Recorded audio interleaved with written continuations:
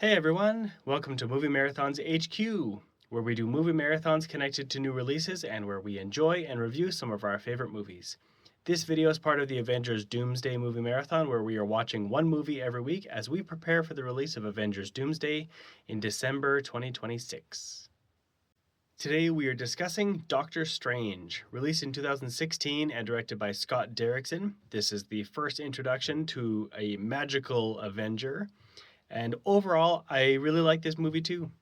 It explores a unique corner of the MCU by introducing magic and sorcerers. And it's also interesting that magic and sorcery have always existed, but it's been kind of under the shadows. And so then Doctor Strange is the audience's portal, pun intended, into this universe. And I think it works really well. So and he's also a very compelling new Avenger, new hero character that we get introduced to. So I really like it. For positives, there are the visual effects, which are on another level in this movie compared to other movies. I especially like all of the magic. I like the mirror dimension, and I like the consistency of the scars on Doctor Strange's hands. Those are a practical effect, but I think that works really well. I think the casting is very strong. Benedict Cumberbatch as Doctor Strange, and Rachel McAdams as Christine Palmer especially, but there's some other casting choices that are great. I really like the medical setting. They do some interesting things, especially that scene where Doctor Strange is assisting Dr. Palmer doing surgery on himself as from the astral projection as he's fighting another sorcerer. Super cool to put that in there. And then I really just like the characterization of Doctor Strange. He is very complex and goes through some really extreme growth from the beginning to the middle to the end of this movie. And I think it works really well. For negatives, I would just mention it's not really a casting choice because I think this character does improve. I just think the characterization of Wong is clunky. Um, and then I think overall the plot does have some very confusing elements to it that require you to watch the movie a few times. At least it required me to watch the movie a few times to really understand what was happening. So I think it is confusing from a plot perspective. Spoilers ahead for Doctor Strange. The first positive to mention are the visual effects. So, throughout this whole movie, magic is introduced and it's shown in a really beautiful way. I really like the sling rings that produce the portals to different dimensions and different locations, and how it looks like a circle of sparks. That just looks great in every setting and every scenario where they put it. I think it looks fantastic. All of the geometric patterns that are used as Doctor Strange and the other sorcerers have their magic kind of represented around their hands and around their bodies, and the swords and the whips and the shields. I think it just looks really, really great. I especially like the mirror dimension, where, particularly at the start of the movie, where the Ancient One is kind of chasing Caecilius and his followers, and then it turns into the mirror dimension, and all of the pillars on the buildings and the doors and things are just rotating and moving and twisting and bending. And then later in the movie, when Mordo and Doctor Strange are chasing Caecilius and his disciples throughout the city, and the whole city's bending on itself and looks like some Inception type world bending, it just looks fantastic and is really fun to explore.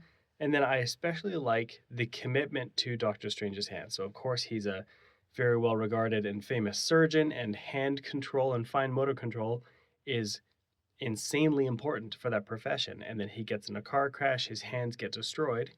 And I really like the commitment. Not Doctor Strange, the human being actor, Benedict Cumberbatch, does a great job always making sure his hands are shaking.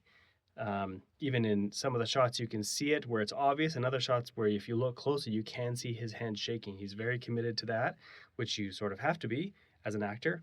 And then I like the practical effect that he always has scars across all of his fingers and his thumbs. Just a physical and visual reminder of his pain and his injury. So there's also what Scott Derrickson, the director, called the Magical Mystery Tour, and that's when Doctor Strange finally arrives in Kathmandu, and he gets to Kamartaj, and then the Ancient One shows him what magic really is and blasts him through all of these different dimensions. The visuals there are crazy and right out of the comic books. It's so cool. They called that the Magical Mystery Tour, and I think that's an apt name for it. So that and then the visuals throughout the rest of the movie are the first positive to mention for Doctor Strange. The casting is another positive. Sarah Halley Finn does it again. I think she does a great job casting this movie here. We have Benedict Cumberbatch as Doctor Strange. He's very strong in this role. Some people thought when he was announced he was a little too on the nose, but sometimes on the nose is on the nose for a reason. Rachel McAdams as Christine Palmer is also really strong. I think she does a great job here as the love interest, but also kind of the foil to Doctor Strange. Mads Mikkelsen as the villain Caecilius is great. I like him in everything he does, and he's pretty scary. But then also he gets a chance to explain his motivation that time is going to strip away everything from everybody. So time is the real enemy, and if we can somehow harness the power of time, which in the Doctor Strange world is forbidden, because Celia says if we can harness it, then that can solve some of our problems. And yes, we need to kind of sell our souls to a being of destruction who's beyond time, but to him the ends justify the means, and I think he's really interesting. Chiwetel Ejiofor as Carl Mordo is a great supporting performance, and then Tilda Swinton as the Ancient One, another great performance there. It's a very strong cast of actors, so that's the first positive to mention. I guess second. We talked about the visuals. Second positive to mention. I think the medical setting is really unique here. We have Doctor Strange, who is a doctor and a surgeon, and a very accomplished one at that. I think it's unique and it sets him apart. Not that our jobs are the most important thing of us, but for this surgeon, his whole identity is wrapped up in him being the best and the smartest and the most accomplished, and money and fame and all that stuff. That's really a big part of who this character is and how we're introduced to him. So then his profession lines him up for that, which is, I think, really unique. There's that scene which is so great where Doctor Strange's body is in some real trouble, so Christina is operating on him just impromptu, and then Stephen is kind of leaning in and out from his astral form, giving her assistance and direction on the surgery, even kind of putting his hand in there and making something work while he's fighting another sorcerer in the astral plane. It's just a very inventive way to have a surgeon superhero. And then I also just like that it's part of his character and part of his growth, where he comes from, how he has to sort of let go of this part of his identity. I especially like that scene where he has caused another sorcerer to cease to be, and he has this really intense realization where he's taken a life, where as a doctor he's taken the Hippocratic oath to do no harm, and he's got that conflict in him. So the medical setting sets us up for that, which I think is great. And then building on that, I think the characterization of Stephen Strange is really good. We get introduced to him, and he's very, very high on himself, and other characters know he's high on himself. But then I feel like he goes through some real character growth, and not just, I destroyed my hands and I've used all my money and I've tried to find anybody who can help me and nobody can. He gets kind of to that really, really low place.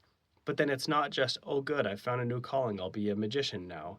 He really finds the hero in himself. He finds who he is through this movie. And then towards the end, when he faces off against Dormammu, which interestingly is also voiced by Benedict Cumberbatch.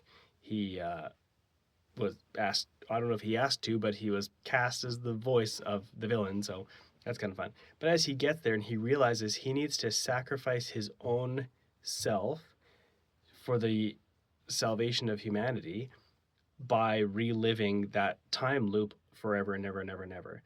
That's a really great character growth for him. And I think Benedict Cumberbatch's performance really delivers, and he nails it. And so he's not just a Tony Stark who's also high on himself and also really cocky. He's a different character, and I think this movie really fleshes that out and gives us a strong three-dimensional character as another Avenger. For negatives, I don't think it's a casting issue, because Benedict Wong is cast as one of the sorcerers named Wong. I just think it's amazing that from the comics they have this character named Wong, and then an actor with the last name Wong is cast in the role. And how crazy is it that there are two Benedicts in the main cast of this movie, which is an unusual name. So I don't think Benedict Wong is bad in the role. He is sort of like the straight man to some of the humorous parts of the movie, and I just don't think it works. He's like too serious and too much of a straight man. It just kind of falls flat. And then they have this little joke at the end where he does finally laugh, and it just seems really corny to me. Um, he's better than he is in the comics. In the comics, Wong is like a manservant to Stephen Strange. So I like that in this he is a sorcerer and he's the librarian. He has an important leadership role in Camartage, and then he becomes a really strong ally for Strange rather than a manservant. But still, something about how Wong is handled in this movie is a little awkward to me. So it improves later, but in this movie, it's a negative. And then another negative is I do think this movie is confusing. It's not too confusing. I don't think viewers get too lost, but for me, when I saw it the first time, what I didn't understand was why the Ancient One using magic in the mirror dimension was such a bad thing. Or that, like, when Doctor Strange, when they're running from the bad guys, and he puts them all in the mirror dimension, he goes, "Oh, that'll help us." And then Carl Mordo says, "No, this is a big issue. You shouldn't have done that." And then the Ancient One is using magic from the dark dimension, which is some forbidden thing. Like, I get that it matters to the characters, but as an audience, none of those things really mattered to me. So it felt confusing. I didn't know what the rules were in the different dimensions and what you can do and can't do and what's allowed and not allowed versus what's like recommended and not recommended. The world is a little bit confusing. I think as you watch it again a time or two, it does crystallize and make sense, which is good. And the world building is interesting, that there's always been these sorcerers, and the Ancient One has an unnaturally long life. And then it's revealed that it's because she's drawing magic and energy and power from the dark dimension, which is apparently this terrible sin. But I do find it confusing. It gives you enough to understand this is how magic works, but it is a little bit too much, I think. Now, how might Doctor Strange connect to Avengers Doomsday? Doctor Strange and Benedict Cumberbatch are not on the cast list for Doomsday, so I don't expect to see him. But at the same time, how can we have an Avengers movie without Doctor Strange?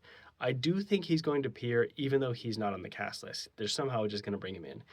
And if he's not in this movie, he has to be in Secret Wars, depending on how Doomsday ends up. Mordo and Wong are both still around, but they're not on the cast list either. Mordo said in a post-credit scenes that he thinks there are too many sorcerers out there, so maybe that's explored, but that was so many years ago and they haven't explored it yet. I don't think they will in Doomsday. And then Wong is not on the cast list for Doomsday, but he has been in a lot of projects since that time. He was in a brief moment in Shang-Chi and the Legend of the Ten Rings. He's in Spider-Man No Way Home and in the Disney Plus show She-Hulk Attorney at Law, but he won't be in Doomsday. So that's my review of Doctor Strange. What do you think of this movie and how do you think it might connect to Avengers Doomsday? Make sure to let me know in the comments below.